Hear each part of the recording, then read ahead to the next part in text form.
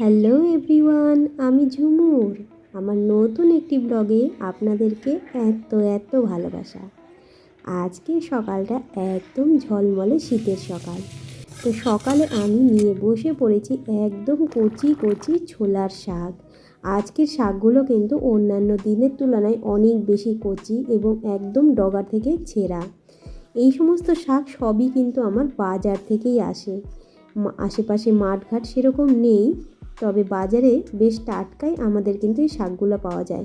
তো এই শাকগুলো যখন আমি কুচিয়েছি তখন উপরি কুচানো হলেও নিচের শাকগুলো কিন্তু তখনও ভালো কুচানো হয়নি, সেইগুলোকে আবার আমাকে ধরে ধরে কুচাতে হয়েছিল। তো এই দিকে আমি মুগ ডালটা ভেজে রেখেছিলাম, সেটাকে আমি ভিজিয়ে রেখেছিলাম প্রায় 20 মিনিট মতো। এখন আমি এগুলোকে সেদ্ধ করার জন্য দিয়ে দিলাম। আজকে আমি যে মুগ ডালটা করছি, সত্যি কথাই বলছি, এটা কিন্তু আমি এই ইউটিউব থেকেই শিখেছি।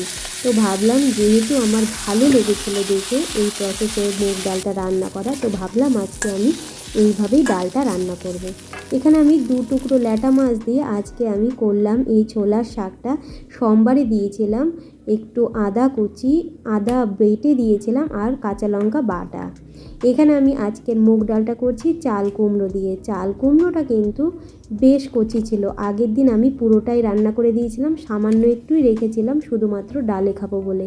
তো আজকে আমি এই চাল কুমড়ো দিয়েই করছি আজকে মুগ ডাল। সত্যি কথা বলতে চাল কুমড়ো দিয়ে মুগ ডাল বানানোটা আমি কিন্তু এই ইউটিউব থেকেই শিখেছি, তাই ভাবলাম আজকে আমি বানিয়ে দেখি অরিজিনালি এটি খেতে কতটা সুস্বাদু হয়।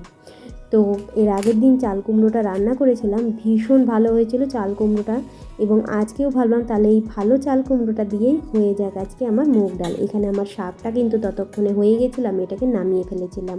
তো শাকটা বেশ মাখা আমি নামানোর আগে একটুখানি আতপ চাল গুঁড়ি দিয়েছিলাম যাতে শাকটা একটু বেশ আঠালো হয়। এইদিকে আমি আজকে প্রথমেই তো বললাম আগের দিন নেমন্তন্ন বাড়ি মানে বিয়ে বাড়ি ছিল বলে দুধটা কিন্তু রয়ে গেছিলো। তো সেই দুধেরই আজকে আমি 500 দুধেরই আজকে আমি ছানা কেটেছি, সেটা দিয়েই আজকে আমি ছানার তরকারি বানাবো। রান্নাবান্না শেষ করে বিকালে গেছিলাম বাজারে। একটাই মাত্র জিনিস কিনেছি, সেটা হচ্ছে যেহেতু সামনে ঘুরতে যাওয়া আছে এবং ঠান্ডার জন্য আমি আমার জন্য একটা জুতো কিনেছি। তো এদিকে রান্নাবান্না তো চলছিল, সঙ্গে মাথায় একটা চাপড় ছিল যে রান্নাবান্না শেষ করে সমস্ত কাজ শেষ করে যেহেতু তাড়াতাড়ি সন্ধ্যা হয়ে যায়, তাই 4টের পরেই কিন্তু বাজারে বেরিয়ে গেছিলাম। এখানে আমি দিয়েছি কাজু বাদাম কয়েক 5-6 টুকরো, সঙ্গে ছিল পেঁয়াজ, একটা এলাচ আর ছিল 2টো কাঁচা লঙ্কা। পুরোটাই আমি ভালো করে ভেজে তারপরে কিন্তু এখানে টমেটোও ছিল এবং পুরোটাকে কিন্তু আমি ওটা ব্লেন্ড করে নিয়েছিলাম মিক্সারে। এইদিকে আমি চাল কুমড়ো দিয়ে দিয়েছি ডালে, আর তার সাথে দিয়ে দিলাম হলুদ আর একটু লবণ।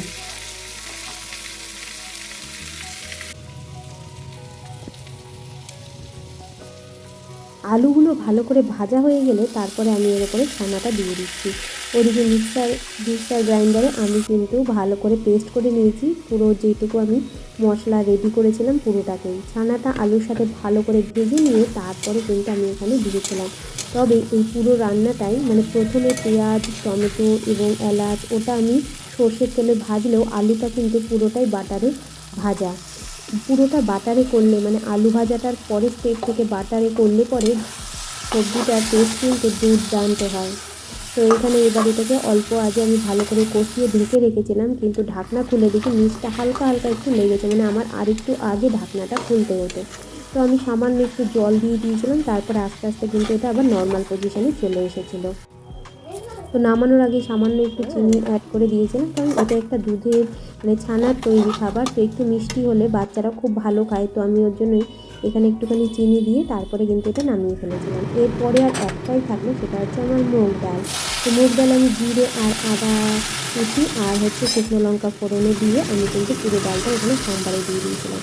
সোমবারটা দেওয়ার পরে ভালো করে ফুটিয়েছিলাম এবং তারপরে একটু জিরে দিয়েছিলাম। আর অবশ্যই কিন্তু শীতের ডাল ধনেপাতা তো থাকবেই।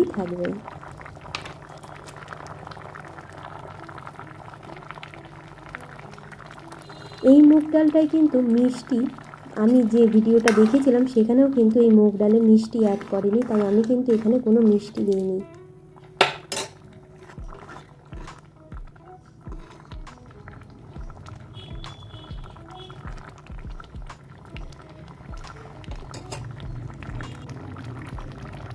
হয়ে গেল আমার গরম গরম মুগ ডাল। তো আমি ডালটা এবার নামিয়ে রাখলাম।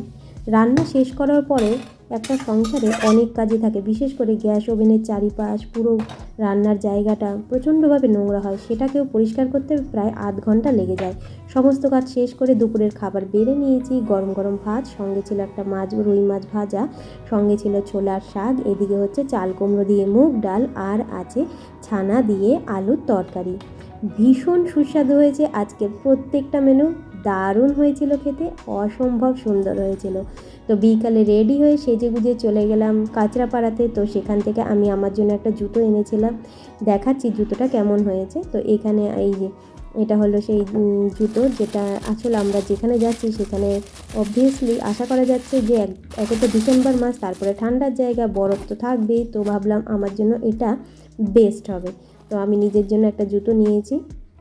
এই জুতোটার দাম আমি দেখিয়ে দিচ্ছি, যদি কেউ নিতে চাও তাহলে অবশ্যই নিতে পারো। আমি তো কোম্পানিটা দেখিয়ে দিলাম। আর জুতোটার প্রাইস ছিল কিন্তু 900 সামথিং।